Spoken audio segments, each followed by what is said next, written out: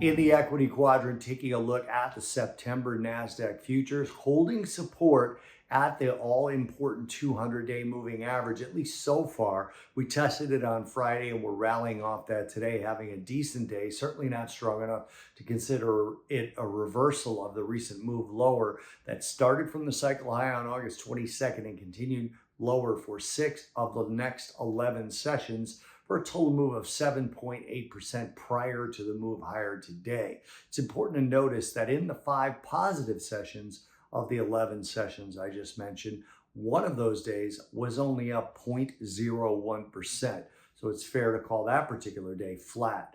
The low today, 18,386. That was down around 0.4%.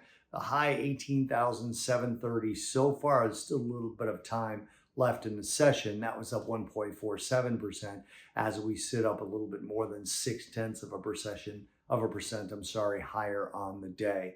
Apple's product launch happened this afternoon and stocks got a slight bounce after the launch of the iPhone 16, with Apple trading off of its lows. But as we've seen in several Apple product launch cycles, the stock doesn't really respond right away. As the session rolled on, Apple revisited its lows, although it didn't trade like a complete disappointment, at least not in the immediate aftermath of the release of the new iPhone model. It may take a few days to parse through some of the upgrades and improvements in all the new product releases to see if it will reflect negatively on the stock or positively on the stock and subsequently help or hurt the technology sector overall. We also had yield volatility come off for 3 consecutive sessions now, as the 2s, 10s inversion seems to be over. We have 2 consecutive sessions now where we're closing with a positive 2s, 10s curve. So that's a little bit of volatility coming out of the treasury sector,